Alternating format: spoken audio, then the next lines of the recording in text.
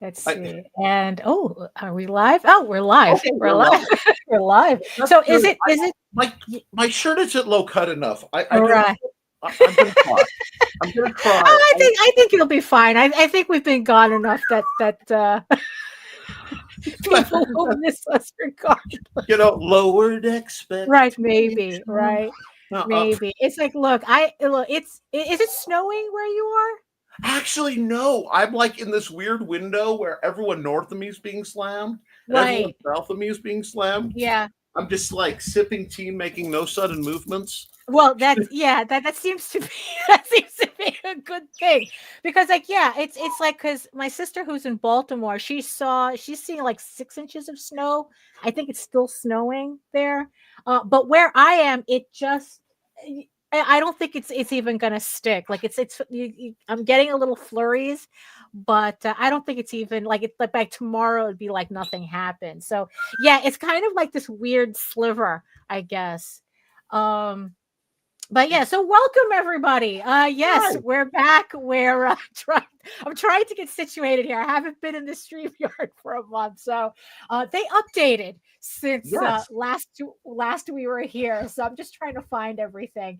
So it's Monday, January 6th, 2025. Happy Three Kings Day to everybody. Oh, yeah. Happy the Epiphany to everybody who celebrate. Technically, today is when you're supposed to get your presents. So you heard her. Go out to the store, get yourself some presents. Right, yes, because that is what baby Jesus would have wanted. on Three Kings Day. That and Ricky Bobby to win every race. Well, there you go. So let me just find the intro here and we will get started. So awesome. let me find it. Oh, here it's it is. in there somewhere. It's in there somewhere. And as always, I am not ready for this. Are you ready for this, Nicholas? Oh, what part of anything I do seems I'm ready? Right, exactly. Now, the both of us are not ready for it, but we're still doing it anyway. So, moral. Anyway.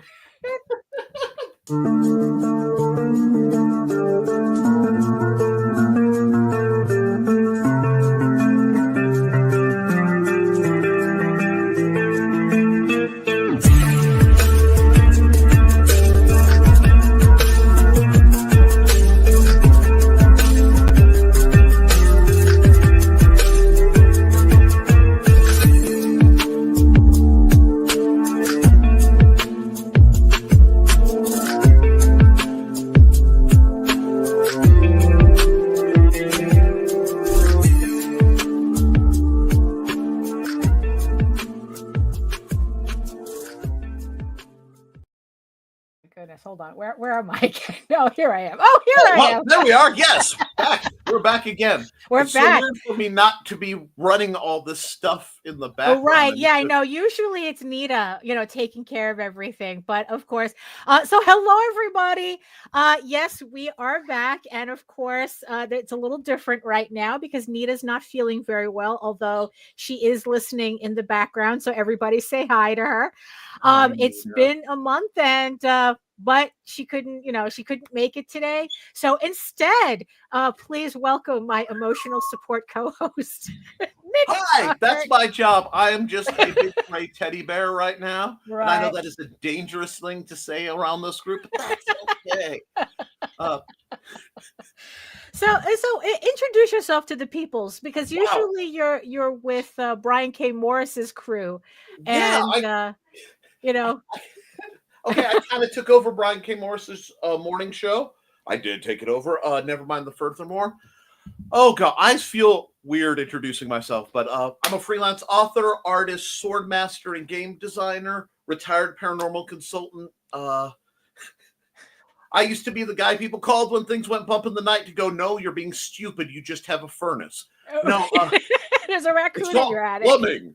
All right. But no, I stream all over the place. I do art streams. I've been watching this woman over here, over there for long enough that I have to fight being starstruck every time I'm with her. Still, we're just people here. we're just the peoples here. But also the other thing that Nicholas does is that he actually has a novel on Amazon. Yes, So yes, if you like things like Buffy and Supernatural and like contemporary, um, it would it be like contemporary horror kind of? I would say so because I guess Oh, because yeah. it's set in Right. it's almost But like the vibe isn't like it's more like I said, it's more like Buffy and Supernatural yeah, rather it's than like somewhere Stephen between King. But there's some Stephen King thank moments in you. this book Uh, too.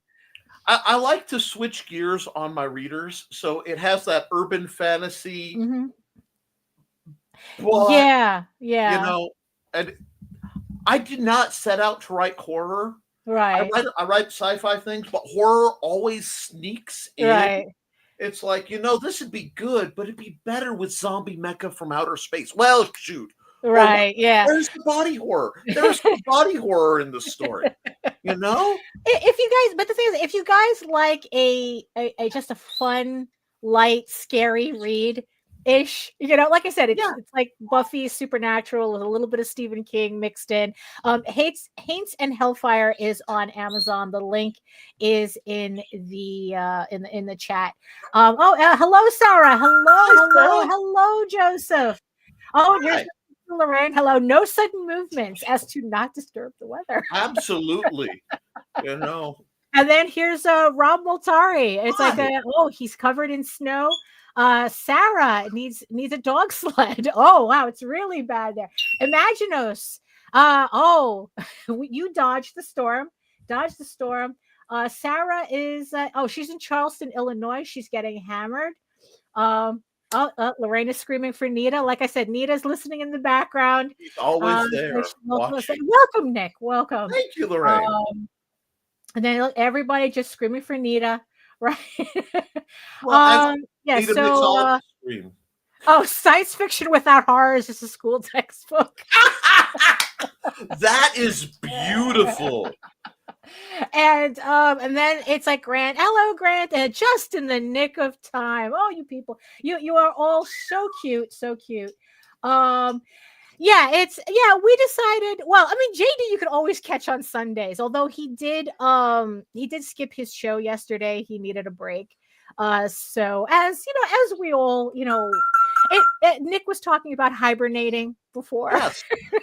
There's a part of me that just wants to pull a Sarah, lock me in my crypt. I'll be back when, the orb is in the sky and I can go out at night. Right. Yeah, exactly. Or maybe the mornings don't feel like night anymore. Oh, yes. At least. So I guess I should get my introductions in order as well. So hello, everyone. My name is Daphne Lage, and I'm a cartoonist, illustrator, and comic book artist from New York. I have been self-publishing comics since 1992, and you know what that means. I got nowhere else to go! I got nowhere else to go!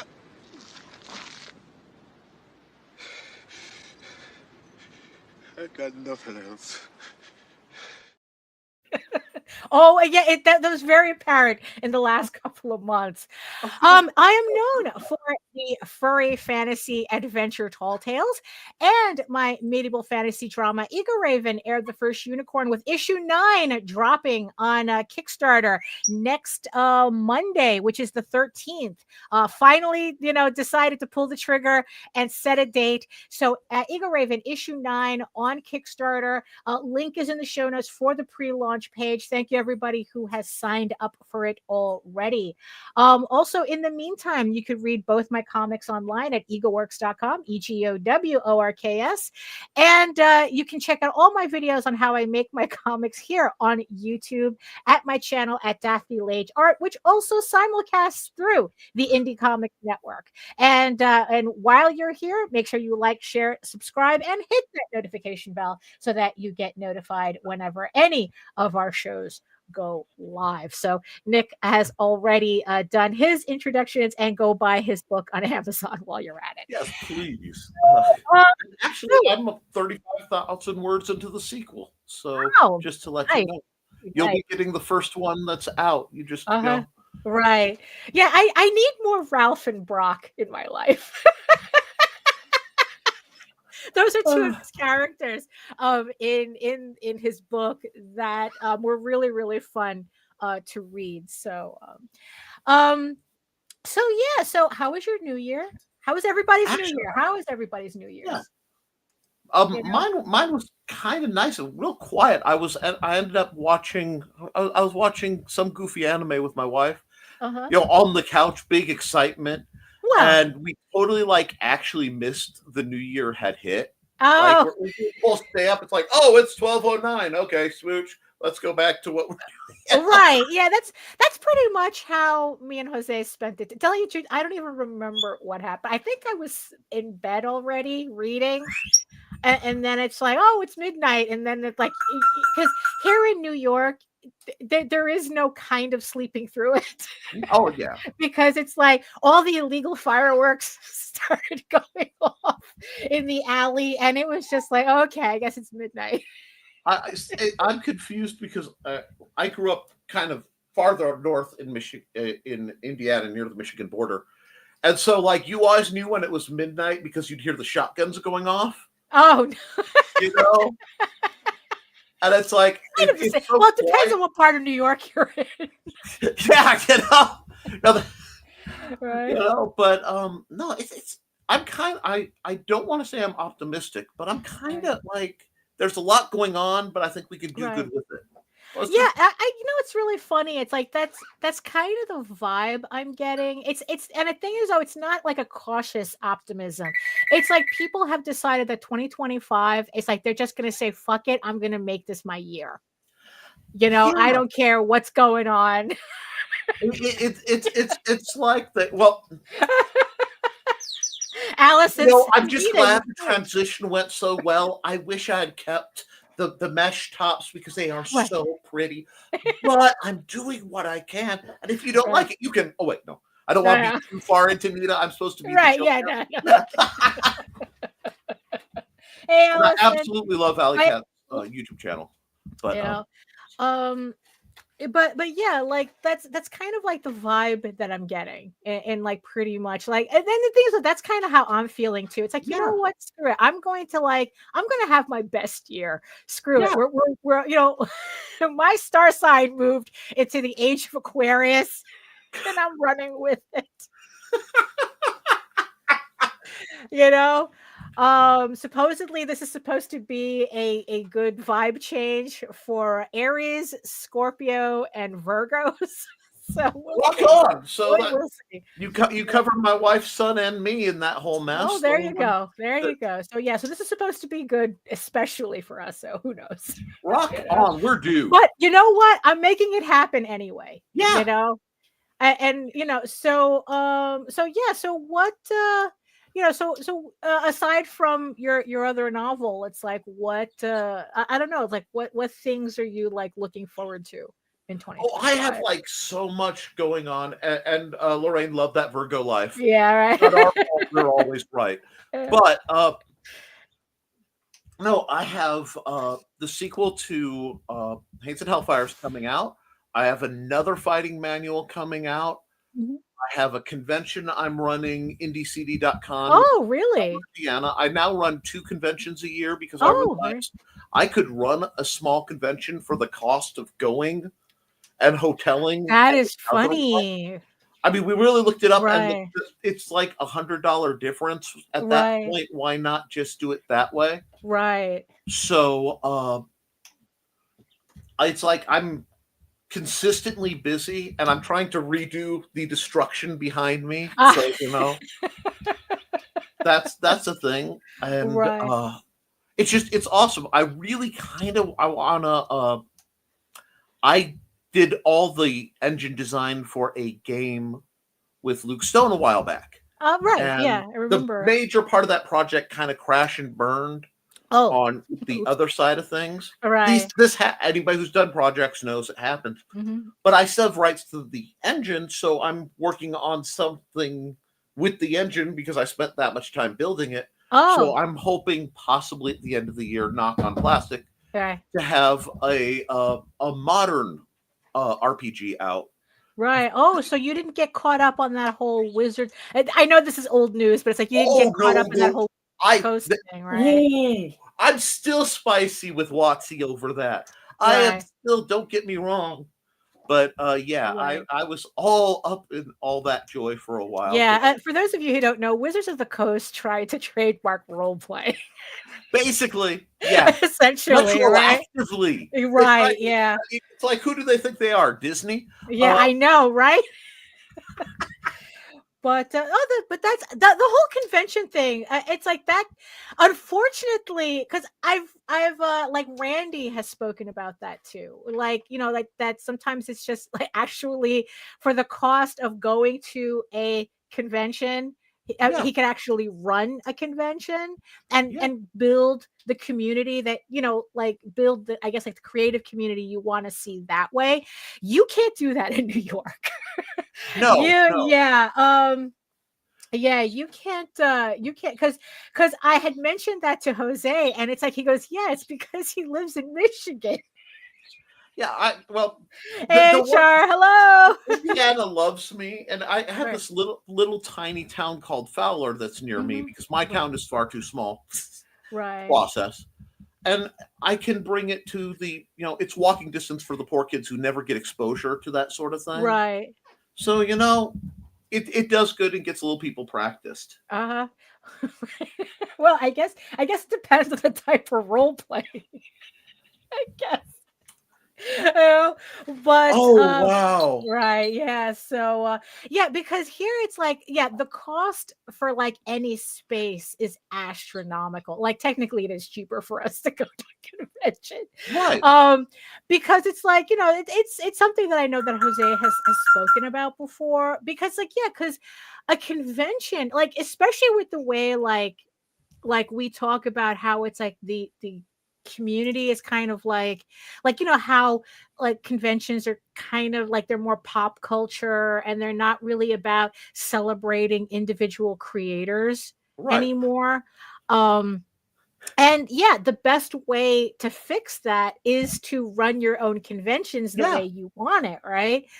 um so that's so that's pretty interesting. That so what kind of conventions are they that you're running? Well, it's a two-parter in that one convention I run is I'm part of a group on a website called indiecd.org, which a lot of people don't know about, but it's a kind of it's hard to explain. It's a conglomerate independent creator directory. So if Mhm. one thing when you're starting out, and you know this, try to find a flatter if you don't know where to find a flatter. Right. Yeah. Or, Yeah. maybe you want an editor and you're just starting Right. out and you Oh, I don't think I've heard George talk about this. It's and kind of like yeah, it's like you said, it's like a directory if you're looking to find people to work and with you my creatively. my buddy Joe runs it.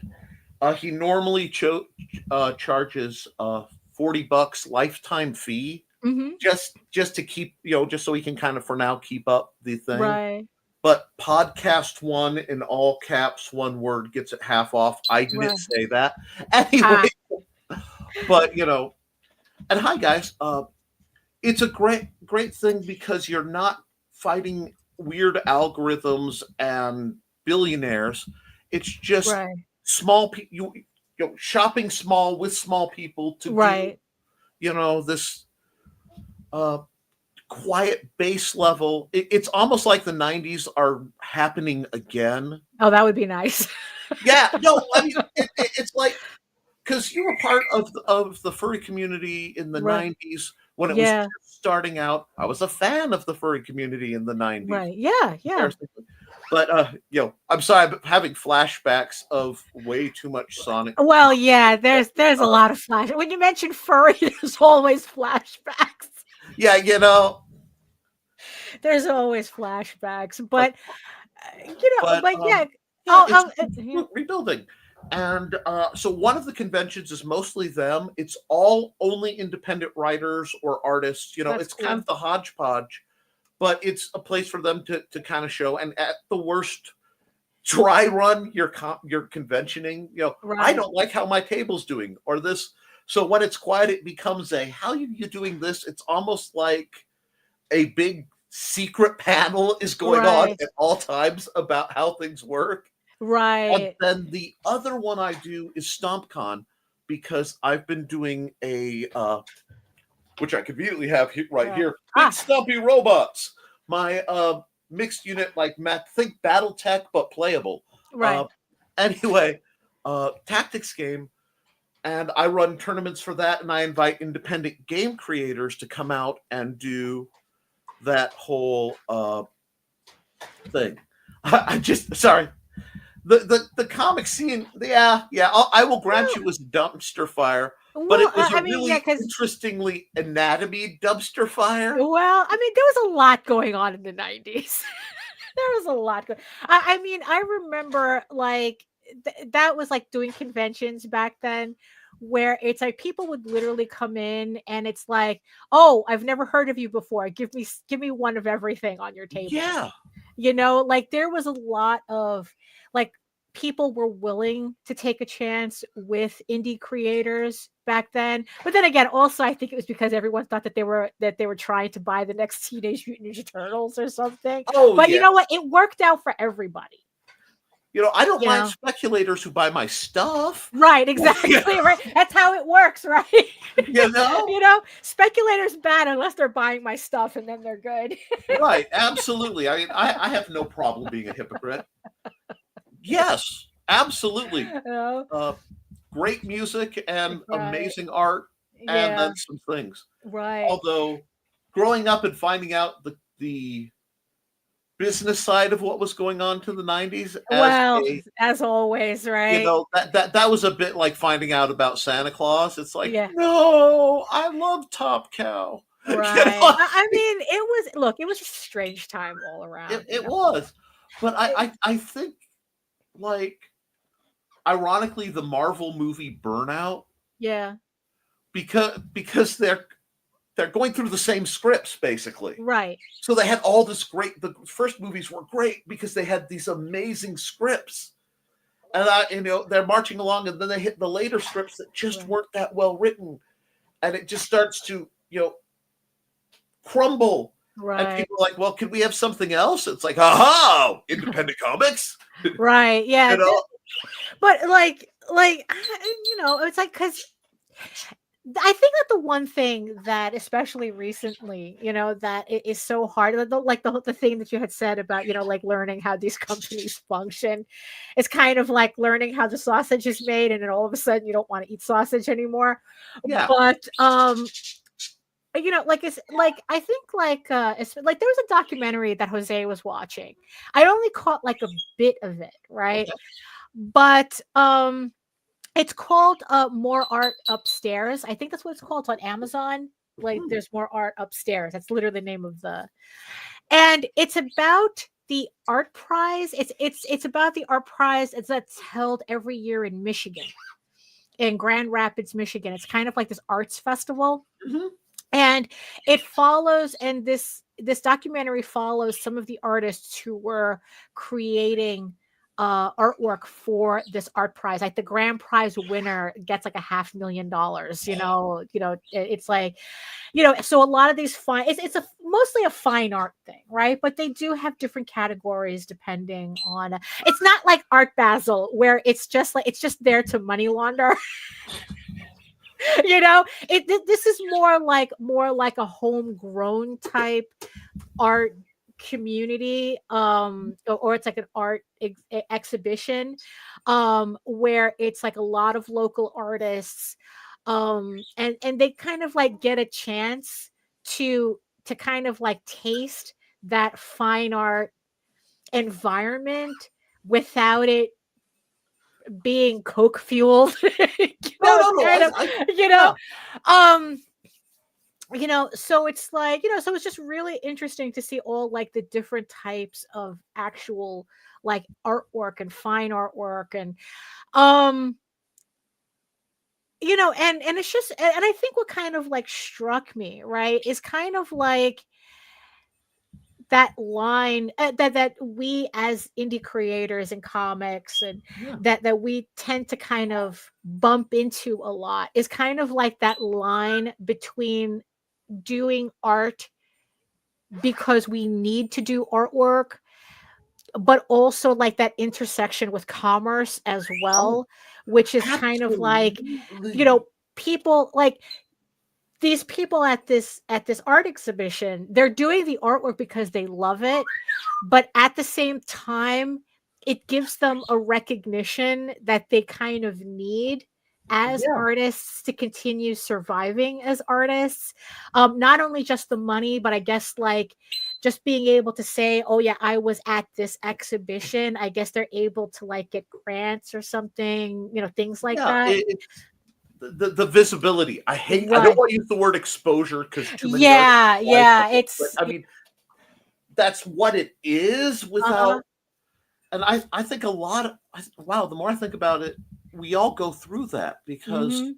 that Yeah. line between what I want to create versus Right. what will make me money. Right. Like I know if I focused all my energy in making sword fighting manuals, my passive income would do much better because Right. they just consistently sell. Mm-hmm. But I want to write novels, I want to write Right. games, I want to do art pieces. Right. But then you start going, okay, yeah, Right. what's going to pay and what's going, feed the stomach or feed the soul starts Right. to become the great debate. Yeah, And I think because that's in any creative effort. it's like even even the douchiest self-absorbed creator at like Fantagraphics, they want like their book to sell. They Oh want yeah, their book to make money. So it's like even yeah, it's like even when we want like to say it's like, oh, I do artwork, I do my comic from the soul, and you know, but at the same time we kind of need it to sell. yeah. That's the reality, and it's funny because we're talking about it, and we feel innately like there's a hypocrisy there. Right, yeah. And I think that's been trained into us. I really think that's been trained to us by like corporate, osmosis. They don't Right. want us to think that making money for what we love is valid because they want us to all go push buttons in their factory making them Well, money, you know? but also it's like they're businesses that depend on that because like, oh, if you love it, I don't have to pay you as much. You know, Right. and that's and I think that that's kind of like yeah, that one it's like it sucks when corporations do that. But you know, like yeah, we I guess it's like we kind of get it in our head. It's like, well, I love what I do, so I kind of like it turns into I don't deserve to make money on Yeah. this. Like because or else people say, "Oh, you're a sellout." Well, although honestly, I don't know, is being a sellout a thing still a thing? Um Oh, oh, I yes. right. No, seriously. Wow. Yeah, I it's like know yeah, I've heard several. that. Oh, it's like, oh, you love what you do, so we don't have to pay you as much. It's like, well, that Why should not suffering right. that that logic is brought to you by the Yeah. same minds that say cashiers shouldn't be able to sit down. You know what Right. I'm Yeah. saying? It's more of just it's yeah. It's manipulation. These are the Yeah. same guys who think AI is the future for art. You know what I Right. mean? Well, but that's kind of like, you know, the thing. Oh, that was the one thing. You know, it's funny. That was the one thing about this documentary that I Mhm. really appreciated, right? Was that so they were showing the winners, right? And like I said, there's all types of fine art, right? Because what made this this exhibition interesting, right, is that they have the juried, you know, they have their jury of I guess whatever art experts. I like I said, I didn't I only watched the very ending of it because I was busy with my own stuff, with my own artwork. Right. Um, but what makes this special is that they have also a public juried they also have like you could vote on the artwork. I think that when the winner of that art of the public juried prize is like $250,000. So it's not like, you know, it was Yeah. you know, not like it didn't mean anything, you know, it was still, and it was very interesting at the very end, right, to see what the public will vote on, like what they consider art Mhm. and what the juried critics considered art. Yeah. And I mean, it wasn't. The interesting thing is that what I really felt good about was that it was still very apparent that the public may not know what art is, but they know what skill is. Yeah. And that's who they rewarded, with their Yeah. votes. Like one of the top pieces was a set of flying bicycles that each component was made by hand by a skilled woodworker. So all the bicycles were made out of wood, but every Yeah. component was functional. They were functional bicycles, but made out of wood, and they were set up to look like they were flying. But the funny thing is that the critics jury, right? They liked a similar piece also made out of bicycles, but they were just like bicycles welded into like weird shapes, like almost like they were like customizing bicycles. So there was still a skill involved because you Oh, still, in that, but they thought that the actual bicycle piece was more representative of art yeah. than the wooden bicycles. And it was just really funny to see like Well, the difference that they were making, because like, oh, but the people, but I go, but yeah, but the people recognized skill. They recognized the skill level of yeah. who Well, did that. And the winner of the public prize was this woman who took a photograph of a forest, and the photograph faded into this elaborate embroidery piece. So she like kind of like continued the photograph in embroidery, and that was the one that won the public prize. um and they showed two people kind of arguing about whether it's like, yes, they agreed that it was a very skillful piece, but was it art? Right? And this is always an argument that all of us have. I, It's like, yeah, I'm sorry. I'm sorry. Because I've been around these communities and stuff a bit more than I yeah, talk about, because that's kind uh-huh, of how I am. And it's like, I feel like I'm gagging on their pretension already. And it's like, yeah. what I Well, see, yeah. you There was a have, lot of that. there is, I believe that for fine art, they need to talk more about the fine art of how well you BS the Right. description of your Well, that's art. Art Basel in Miami. Right. That's there. I mean, Right. there is a divergence of the Yeah. people who've gotten so. It's kind of like the AI thing Right. where AI is looking at other AI and it's Right. starting to implode itself into Yeah. weirdness. Mhm. That's the same mentality where you get Yeah. a duct taped banana on the Right. wall costing so much.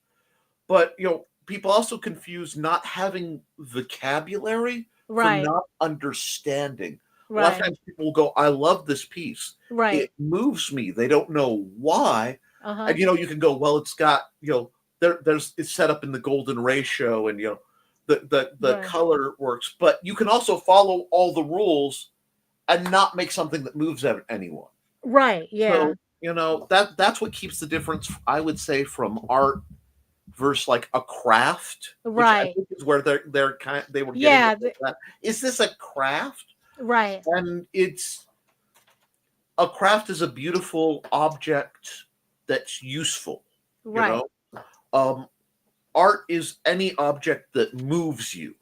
Oh, So that's for me, you could even have something like growing up, I thought the 1957 Chevy Bel Air was the right. most, it's a beautiful car.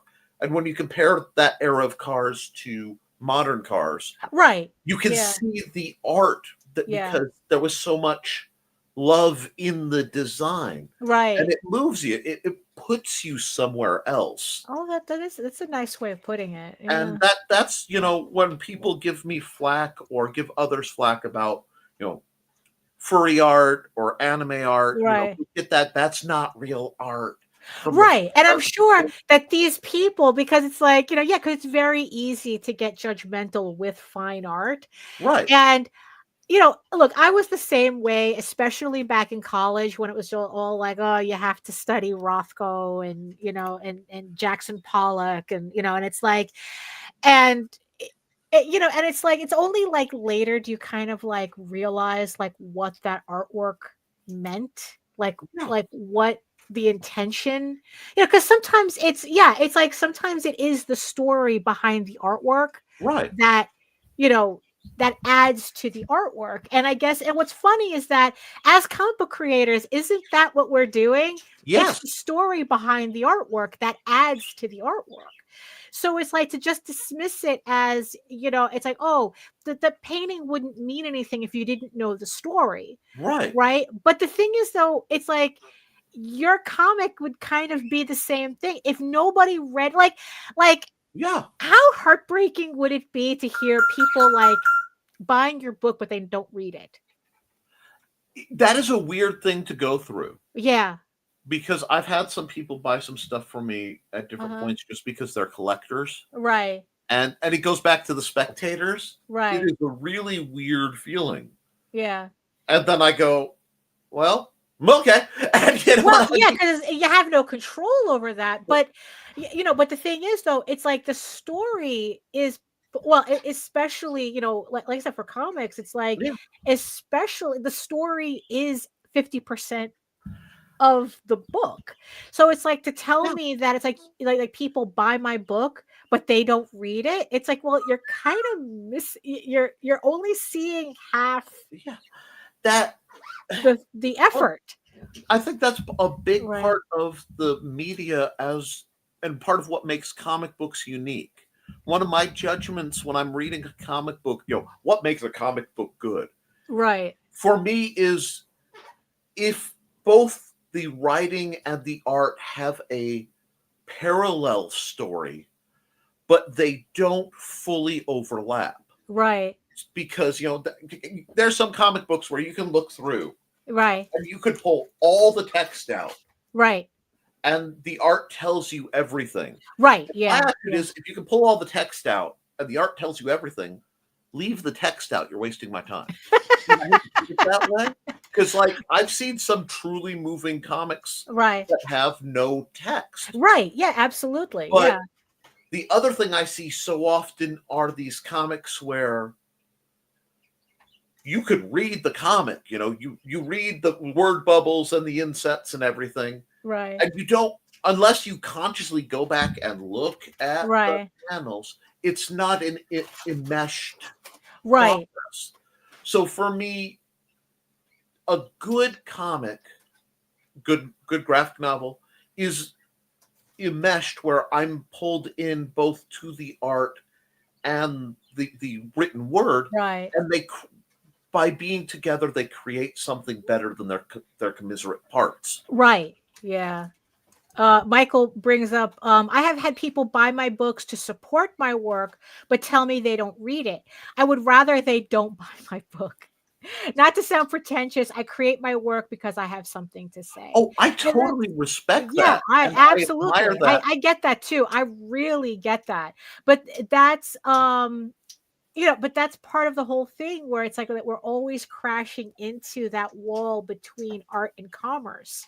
Because I've seen plenty of creators say, it's like, oh, I don't care if they read my book. I got their $6 or $10 anyway. I think there's a karmic balance to this, though. Yeah, absolutely. That definitely. And for me, because I've had people who have bought my books because, they want to have had one guy. I just want to have sword manuals in the back of my library because it looks good. Okay, cool. But I've had people who have looked through my stuff and gone, I love this, and it might be my art or whatever, but I can't afford it. And I'll look at them and I'll look around. Okay. I said I don't have any money. I said, yeah, and so I offset it by occasionally. I'll just give some if I feel radiant passion and I've been on the other side of the table. where you don't have enough money and you see something and it actually moves you. If I see that, it's like, here, go ahead. Right. Oh, but there you go. That's like, that's the thing that you said, that art moves you, right? And it's like, and it will move somebody.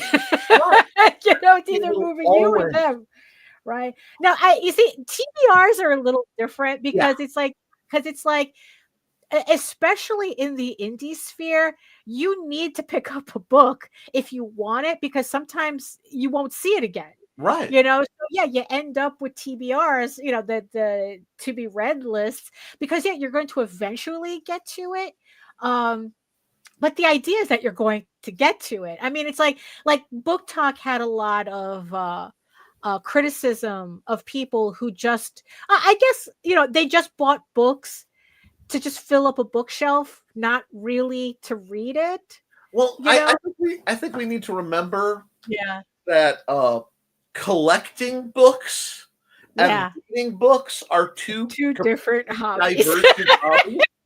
Because how many of us, and I'm going to call out the chat because I know all of us are here, right?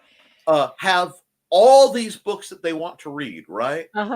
And they're great books. They're over on Reddit reading like humans have what I mean? For hours, or that you're going through the Libby app and you're scrolling through right, you're still reading. It's just I'm not reading that right now because there are other things, right? Yeah, I mean, because that's also one of, like, because last year, one of the resolutions that I had was to read more.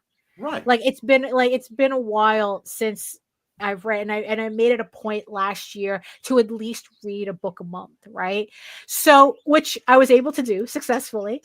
And this year my goal is to read the books I already have. Like, I do have books that I bought, but I haven't read yet. And in combination of saving money, it's like, okay, I have these books and manga that I haven't read yet.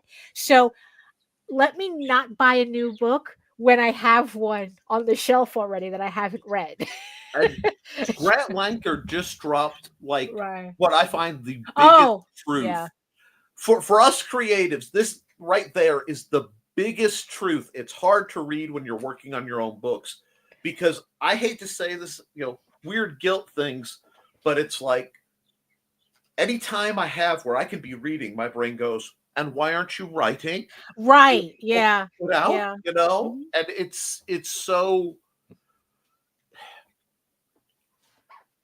it's such a challenge, because at least for me, I have a very distinct purpose for the commercial side of what I do.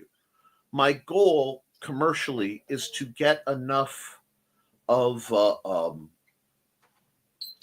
enough royalties consistently coming from different sources, because I have a special needs son, and my goal is to have it that can be passive income that can be routed to him someday.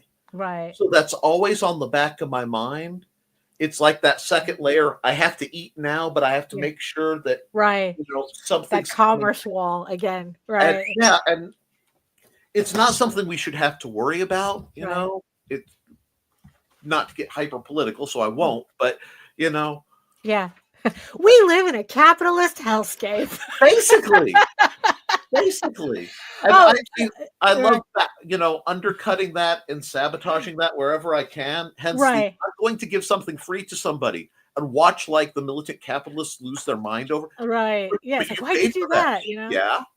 Oh, so Allison is like going, oh, only one book a month. It's like, well, because Grant's issue, it's hard to read when you're working on your own books. So look at that. It's like, so that's pretty much because I was on a show with George, and and I had mentioned that it's like, like I don't really watch a lot of TV, and then it's hard for me. I would rather force myself to read a book than watch television. It's like, oh yeah. And he thought like, oh, it's because you don't want to be influenced by anything. And I go, no, you want to be influenced. It's like, that's why I do want to make it a point to read, because, you have to refresh the tank, That's the thing. You can't, in the end, it's like you can't spend all your time just working on your stuff, on your own stuff, because you really don't want to get caught up in that bubble.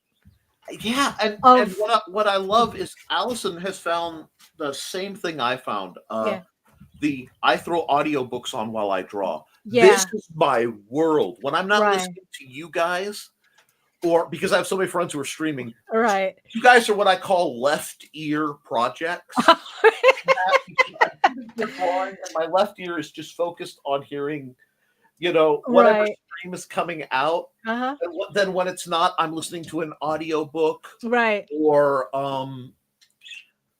like I love the old radio shows. Oh, cool. Love the old radio shows. So there are a Right. couple of YouTube channels that stream those. And I Right. mean, it's like the 40s. Who knows what evil lurks in the hearts and minds of men? And I know that influences me because I hear that and it's just like my brain is like, I must draw noir now. There is Right. no choice, and that lets me do the thing because it lets me do the thing. That's The for thing, sure. right? Who got a Do all degree the in things. English as a major? I All did the things. do the thing. But no, it's like on I want to say Max, they have Batman the Audio Adventures. Oh, interesting. And they run kind of cool pictures and stuff, but it really is like you're Right. listening to Radio Gotham half the Right. time, with like goofy commercials for the Penguins Dance Club, club and Right. stuff. But it's so good because you listen to it and you're writing in it. You're Right. somewhere else, and it's easier to create a world from that neutral state Right. Yeah. than it is. And music's the same way too. If it's good, it pulls you, it puts you somewhere for a while. Right. And when you come back, you're not the same you. Right. That sounds, it's like, hold on, I've been me way too much. I'm just been stuck out of reality to Yeah. this other place. Right. Yeah. Yeah. That's funny. I like that. It's like, oh, I've been me too much. It's like, You yeah, know? that's why it's like, yes, it's like I want to I always make it a point to yes, let's finish the books. Yes, I need to do my work, but I also need to stop being me for a bit and read somebody else's fantasies, somebody else's, see somebody else's artwork, see somebody else's manga. Like I have like so much manga. I collect all the volumes, but I haven't read them. So I have to actually sit down and read them. Oh yeah. And the nice thing about reading is you can't multitask reading right when you're yeah. physically. Mhm. And I do love the audio because I can multitask, Yeah. but the idea of forcing yourself, especially if you're hard copy reading, Yeah. force- Yeah. you have to be in the hallucination. Right. Yeah, that's what because it's like, because I've been like, because last year all the books that I was reading was digital, was Right. on the Kindle, but this year every book that I've been reading has been physical, and it really is like two different ways to experience a book, to experience text. And there is something about that tactile Yeah. feeling, that's why I never got into digital comics. Really, it's like yeah, there's just something about holding the book. But there are other books that I read digitally. I'm sorry. My man Stan Lee had something to say about that, and I'm going to do my best to get the quote right. He said, Oh, okay. comics are like boobs. Oh. They're great. I like seeing them on a screen. Right. They're much better to touch in real life. It just, and I mean, it's terrible, but it's also right. But it's and HR agrees. Yeah. I think we could all agree on that. That yeah, it's like, yeah, so it's like, so that's kind of like I don't usually do like resolutions.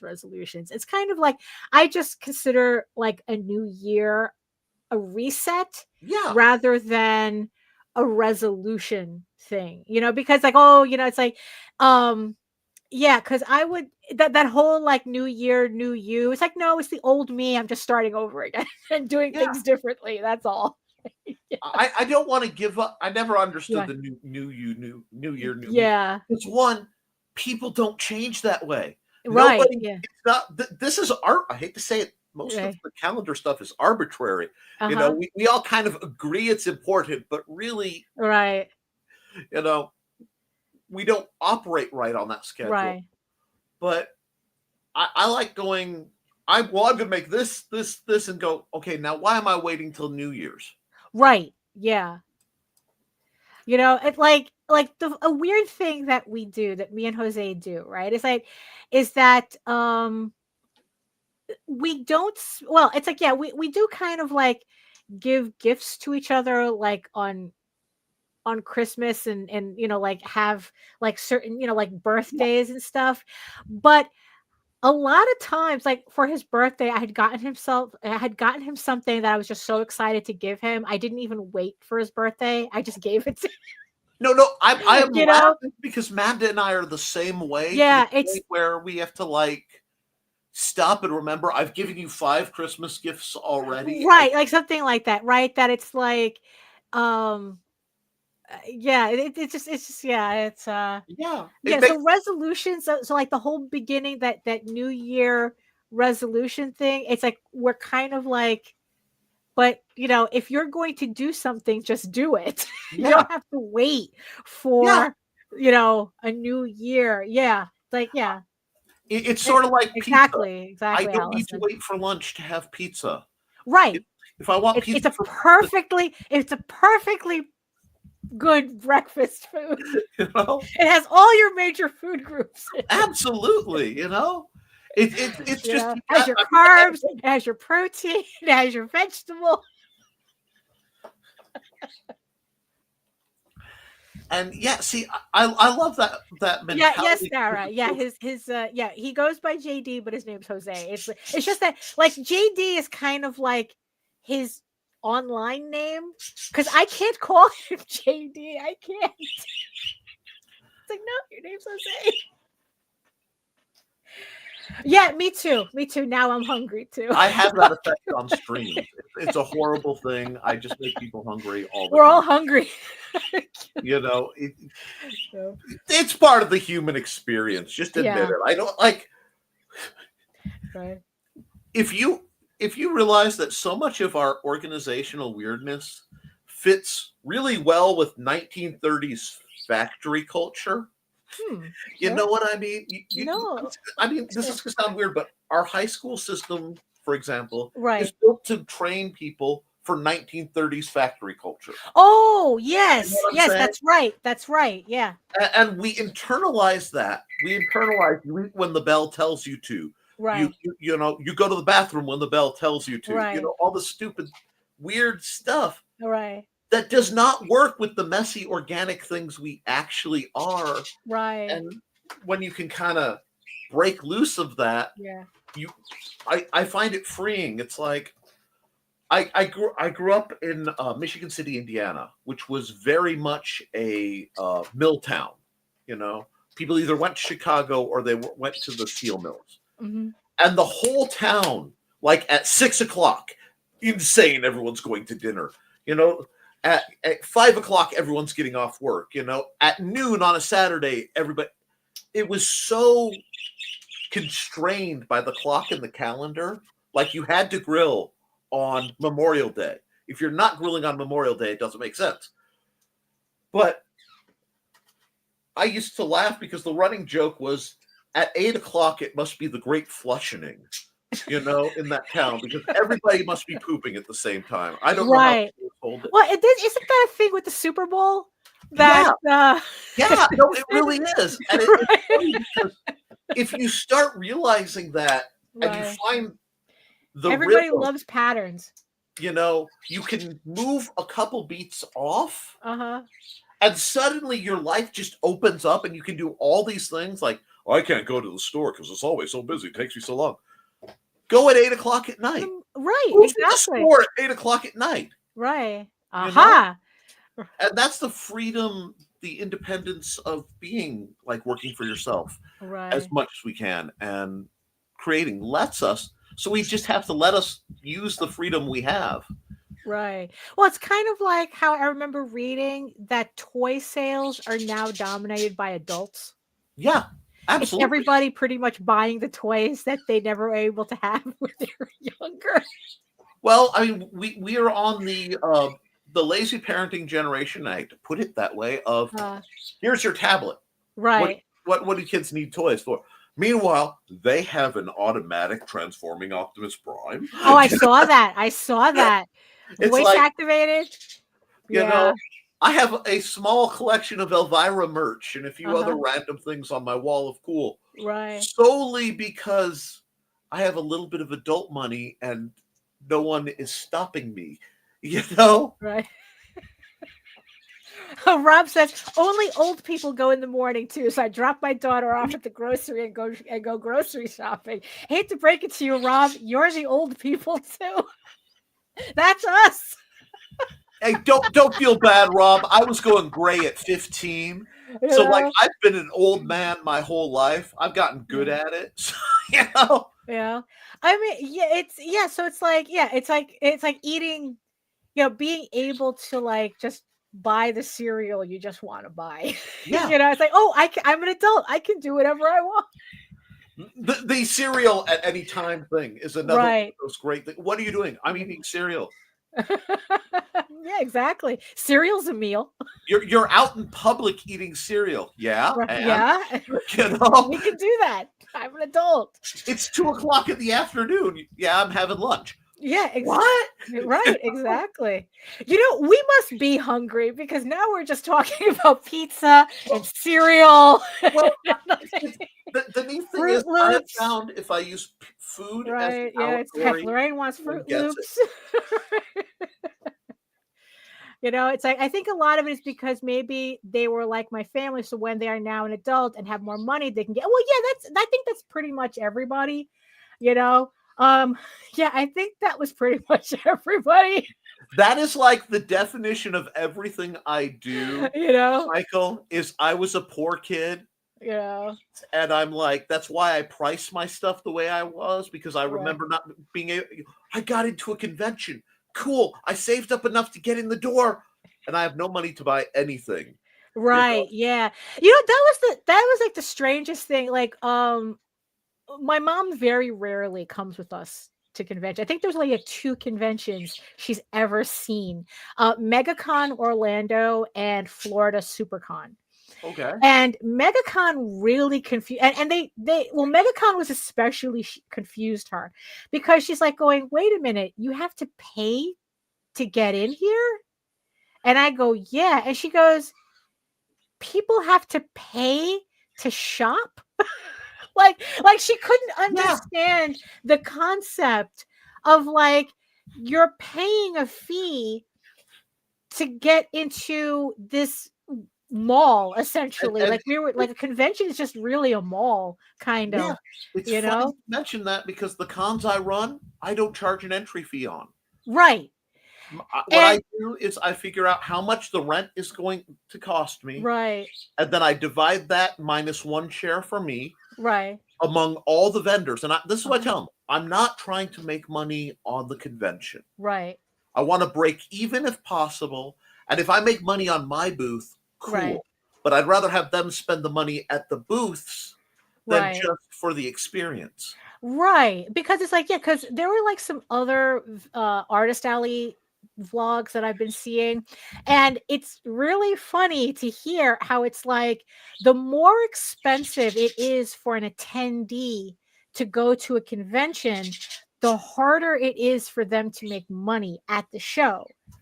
But conversely, the shows that have like a very affordable entry, or even just free, just affordable, Right. right? That people were more willing to spend money in the Artist Alley. Yeah. It's like genius, it's right?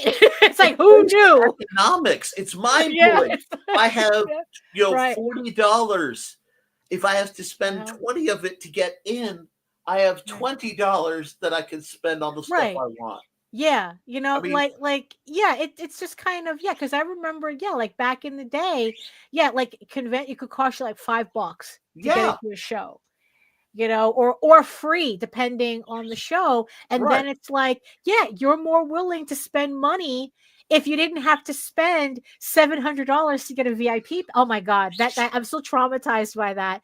Seeing I forgot what show we were at, but there was this guy fussing at our table, and it's like, and the book that they were looking at was literally like $2, right? And they were just like fussy. They were like, oh, I don't know, and this and that. It's like, I don't know. It's like, you know, but around his neck, he had a VIP pass that we knew for like a William Shatner like meet and greet and photos, and we knew it was $700 Oh God. to get Okay. that VIP pass, and here he was being fussy about $2. Now, see, I'm going to be that guy for a moment, and Oh, okay, all right. I'm going to be that guy. But Right, one of the things that instantly turns me off on any convention is right, seeing celebrities there, yeah, and like the proportionate number of celebrities is like I am proportionately less likely to want to go. Not that I don't right, yeah. like celebrities or No, anything, yeah, yeah, but unless like if they're in the field, you know what I mean? Like if I'm yeah, going to a comic convention and Alan Moore is there, right, or Michael Bendis, or somebody who's done something, right, that when their panel is, it's going to be educational for right, them. yeah, I can understand that. Cool. But I know if you go to a convention that's like a sci-fi con and they have Shatner or any right, of the Star Trek folks, for us, they don't care about us. right, They're yeah, not here for us. If we can get a sale, it literally is incidental, and it's because we have good marketing and the right kind of merchandising on our yeah, booth. I hate right, to yeah, do that. I was a merchandiser for a while. It right, affects yeah, your brain. But if there's no celebrities, you're going to have less people. But they're going to be the people who are there to spend things. Okay. yeah, I hope you had fun, Michael. yeah.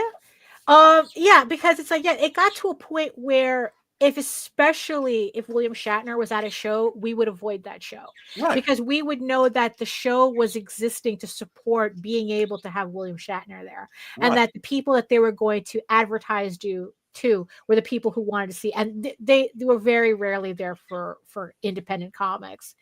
So, yeah, it's, it's again, it's that whole art and commerce thing, right? Right. It's like, why even go if not liking sci-fi unless it's for your children or something? Yeah, that was a whole. Oh, because Grant had said that we did a convention recently where a lot of people just showed up because they had nothing better to do. Yeah, unfortunately, that too. Yeah, we've been to a couple of shows like that too. And you're gonna have that, Yeah, but I hate to say it, I can sell right. to a bored person Uh-huh. who's just burning time much easier than somebody who's, well, I because you're competing with, this is my one chance to see William Shatner. Yeah. I can spend this much money for his signature, etc., etc. Uh-huh. Yeah. And I am not bashing on Will Shatner. It's Right. just, No, no, no. We're just using him as a major example. don't come at me, Will. Right. Anyway, don't step it up Uh, to Will Shatner it's because I it's can. it's a it's celebrity culture at conventions in Right. general, but And the other thing is, I'm really good at reading micro expressions. ah, And like I've seen celebrities at things, in the distance, and I'm like, uh-huh. they are so miserable. Right. Because It's a a lot thing of for them to actors do. are actually introverts. People don't realize it. Yeah. They pretend to be somebody else, but they're the Uh-huh. person who wants, like, to be able to memorize all those lines, and they have to read all that. That Right. gears you to a certain breed of geek. It's like I feel sorry. I hate to say I feel sorry for them, but it's like you are on a cattle call, and they're just like, Yeah. freak pointing starts to be real close to that. So there's a whole nother level, but Right. Well, that's true. That's true. I mean, it's like, we don't want to. It's just that I wish that there was like they would separate the yeah, two. like separate you if you want a celebrity convention, and then it's like, oh, here's a comic book convention that has actual comic books in it. But yeah, so we're just hit the top of the hour, and it seems that it's like we're hungry and we have other things to do. Absolutely. So I just want to thank you so much, Nick, for coming in clutch. We let's all tell Nita that we hope she gets better soon, because we all miss her. She's much prettier. Yeah. Thank you so much, everybody in the chat, for showing up. It's like, look, after a month, we had no idea if anybody was going to show up. Do people even remember we had a show? Thank you, everybody, so much. And thank you so much to our beautiful eyeball people who showed up also. Thank you so much. I forgot to shout you out this morning, but thank you so much for being here. So you have any final thoughts, Nick? And you want to plug anything before we go? Well, I got to plug myself. I run a stream Monday, Wednesday, and Friday on the Nicholas Tockart channel, and turn on the notifications. Friday nights I run the Historical Fencing Guild's live stream, and at some point randomly I do Nick Knows Nerf, where I review Nerf guns, because that gives me an excuse to buy Nerf guns and call it a business expense. But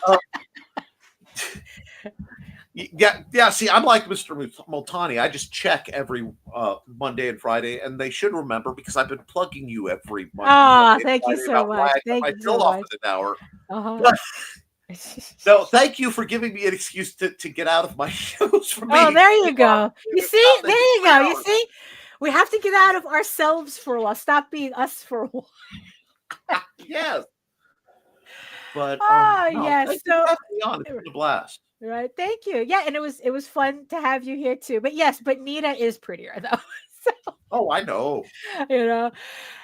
So thank you again, everybody. And if you want to learn more about me and my artwork and upcoming campaigns, you can head on over to my main portfolio site at egoworks.com, EGOWORKS, where you can find links to all of my galleries and social media sites. But I post the most to Facebook if you are interested in seeing sketches and current work in progress updates.